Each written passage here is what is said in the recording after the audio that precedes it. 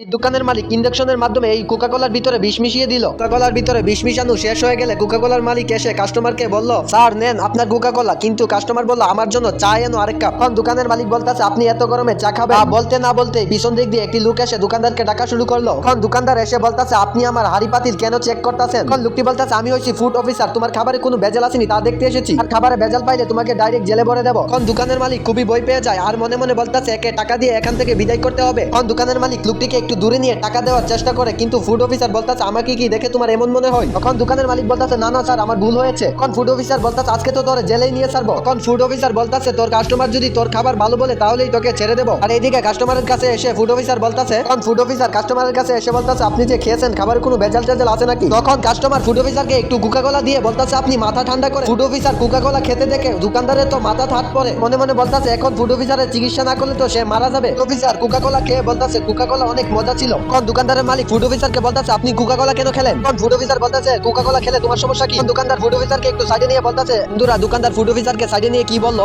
দোকানদার